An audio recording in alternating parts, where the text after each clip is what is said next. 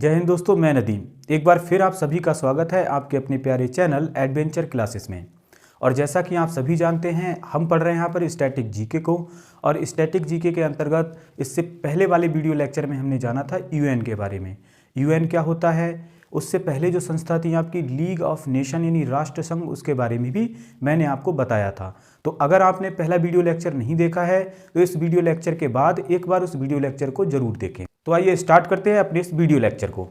हमने पढ़ा था यूएन यानी यूनाइटेड नेशंस ऑर्गेनाइजेशन के बारे में, संयुक्त राष्ट्र संघ के बारे में। अब हम बात कर लेते हैं संयुक्त राष्ट्र चार्टर के बारे में। देखिए, संयुक्त राष्ट्र चार्टर क्या है, ये एक प्रकार से संविधान है। यानी इसमें बताया गया है कि संयुक्त राष्ट्र जो है वो कैसे करके वर्क करेगा, उसके वर्क के बारे में बताया गया है। कौन कौन सी संस्थाएं होंगी, वो संस्थाएं कैसे वर्क करेंगी, और उन संस्थाओं का महासचिव वगैरह है, अध्यक्ष है, वो कैसे चुना जाएगा, ये सारी बातें इसमें बताई गई हैं। तो अगर मैं इसके अध्याय की बात करूं, जैसे एक पुस्तक होती है ना, तो हमारे पुस्तक में कितने चैप्टर होते हैं, उन्हीं को तो अध्याय बोलते हैं। तो इसमें अध्याय कितने हैं, 19 हैं। और इसके कुल अनुच्छेद यानी इसके आर्टिकल्स की बात करें तो वो कितने हैं आपके, 11 नहीं 111 होगा। कितने हैं, 111 हैं आपके। और ये जो चार्टर है, यानी ये चार्टर जो बना था, ये कानून जो बना था, तो इस चार्टर पर शुरुआत में 50 देशों ने हस्ताक्षर किए थे। कितने देशों ने, 50 देशों ने हस्ताक्षर किए थे, जिसमें हमारा प्यारा भारत भी शामिल था। ठीक है, प्यारा भारत भी शामिल था। अब हम बात कर लेते हैं जो संयुक्त राष्ट्र संघ है उसके अंग के बारे में। ठीक है, यानी संयुक्त राष्ट्र संघ के कितने अंग हैं, तो टोटल आपके 6 अंग हैं संयुक्त राष्ट्र संघ के, जिनके बारे में हमें डिटेल से पढ़ना है। तो पहला हमारा क्या हो जाता है, पहला हमारा होता है महासभा, जिसे हम क्या बोलते हैं, जनरल असेंबली। दूसरा है हमारा सुरक्षा परिषद, जिसे हम बोलते हैं द सिक्योरिटी काउंसिल। ठीक है, द सिक्योरिटी काउंसिल। आर्थिक व सामाजिक परिषद यानी इकोनॉमिक एंड सोशल काउंसिल हो गया आपका तीसरा। और चौथा आपका कौन सा है, अंतर्राष्ट्रीय न्यायालय यानी ICJ, international code of justice. देखिए, ये जो आपका प्रन्यास परिषद या न्यास परिषद इसे बोला जाता है, जिसे हम क्या बोलते हैं, ट्रस्टीशिप काउंसिल।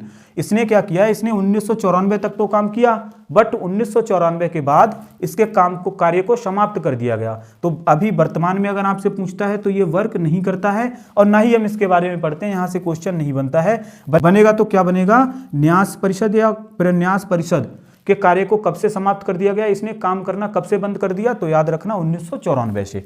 और आपका लास्ट जो है वो क्या है आपका, वो है आपका सचिवालय यानी सेक्रेटरीट। क्या है, सेक्रेटरीट। तो इनके बारे में हम पढ़ेंगे। देखिए, ये जो आपका अंतर्राष्ट्रीय न्यायालय है, अंतर्राष्ट्रीय न्यायालय को छोड़कर महासभा हुई, सुरक्षा परिषद हुआ, आर्थिक व सामाजिक परिषद है, प्रन्यास परिषद है या सचिवालय है, इन सभी के मुख्यालय आपके कहाँ है, न्यूयॉर्क में है। लेकिन जो आईसीजे है यानी इंटरनेशनल कोर्ट ऑफ जस्टिस है, इसका मुख्यालय कहाँ है, तो इसका मुख्यालय द हेग। और द हेग कहाँ पड़ता है, नीदरलैंड में। आपसे इसी का पूछता है, मोस्टली इसी का मुख्यालय ज्यादा पूछता है कि आईसीजे का मुख्यालय कहाँ है, तो याद रखना ये कहाँ है, द हेग, नीदरलैंड में है। तो आइए अब सबसे पहले पढ़ते हैं महासभा के बारे में। महासभा जिसे क्या बोलते हैं, जनरल असेंबली। इसका उपनाम क्या है, इसका उपनाम है विश्व की लघु संसद। देखिए, इसको विश्व की लघु संसद क्यों बोला जाता है, क्योंकि जितने भी मान्यता प्राप्त देश हैं, जितने भी मान्यता प्राप्त देश हैं आपके, वो लगभग सारे ही क्या है, यूएन के सदस्य हैं। और यूएन के सदस्य होने के नाते क्या है, जितने भी देश हैं उनके प्रतिनिधि या उनके जो राष्ट्रपति या प्रधानमंत्री हैं, वो क्या होता है, वो इसकी जो संसद है इसमें क्या है, भाग लेते हैं।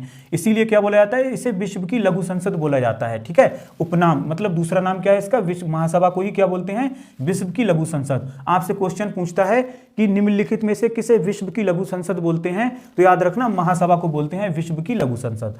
और क्या होता है, ये जो महासभा है इसमें प्रत्येक देश 5 प्रतिनिधि भेज सकता है, लेकिन वोट सिर्फ एक ही होता है। देखिए, कोई भी देश है वो महासभा में अपने 5 प्रतिनिधि भेज सकता है, लेकिन अगर वोट डालने की बात आएगी तब वोट कितने पड़ेंगे, वोट भैया एक ही पड़ेगा, एक देश का एक ही वोट पड़ेगा। ठीक है, बैठक, इसकी जो बैठकें होती हैं वो प्रत्येक वर्ष होती हैं। कब होती हैं भैया, प्रत्येक वर्ष होती हैं। और सितंबर के तीसरे मंगलवार से, सितंबर के तीसरे मंगलवार से दिसंबर के मध्य तक, यानी इसकी जो बैठकें चलती हैं वो सितंबर के तीसरे मंगलवार से लेकर और दिसंबर के मध्य तक चलती हैं।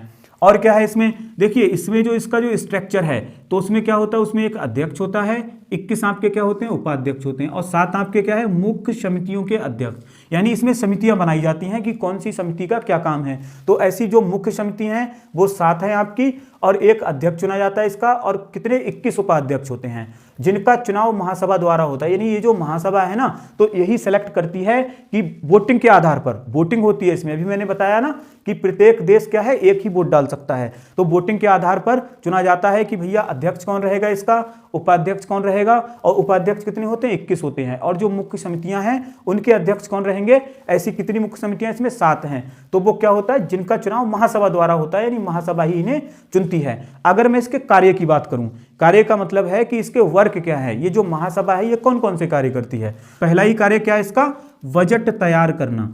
देखिए ये जो आपका यूएन है ना, यूएन विश्व की सबसे बड़ी संस्था है और विश्व की सबसे शक्तिशाली संस्था है।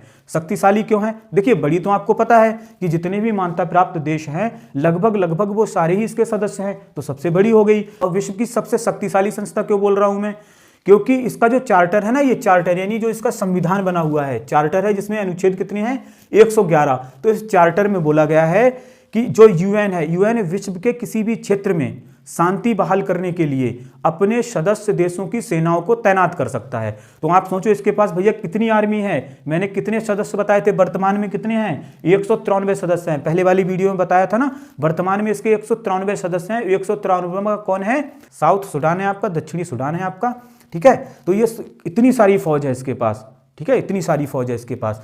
और ये जो बजट तैयार करते हैं ना, तो भैया बजट क्यों तैयार किया जाता है, क्योंकि इतनी बड़ी संस्था है तो भैया रुपए पैसे की भी जरूरत होगी नहीं होगी, है ना, वो भी जरूरत पूरी करना है, तो इसीलिए क्या है, बजट तैयार किया जाता है। और बड़े ही दुख की बात है कि हमारा जो प्यारा भारत है ना, वो इसका जो बजट होता है, इसके बजट का मात्र 1% पैसा ही यहाँ पर डोनेट कर पाता है, ठीक है। बजट हर दूसरे वर्ष, याद रखना प्रत्येक वर्ष नहीं होता है, इसका जो बजट है वो हर दूसरे वर्ष कौन प्रस्तुत करता है, तो महासचिव के द्वारा प्रस्तुत किया जाता है। यानी आपसे पूछेगा कि यूएन का बजट कितने वर्षों में तैयार होता है, तो भैया 2 वर्षों में तैयार होता है। इसको प्रस्तुत कौन करता है, तो महासचिव करता है। महासचिव के बारे में हम डिटेल से पढ़ेंगे आगे, ठीक है।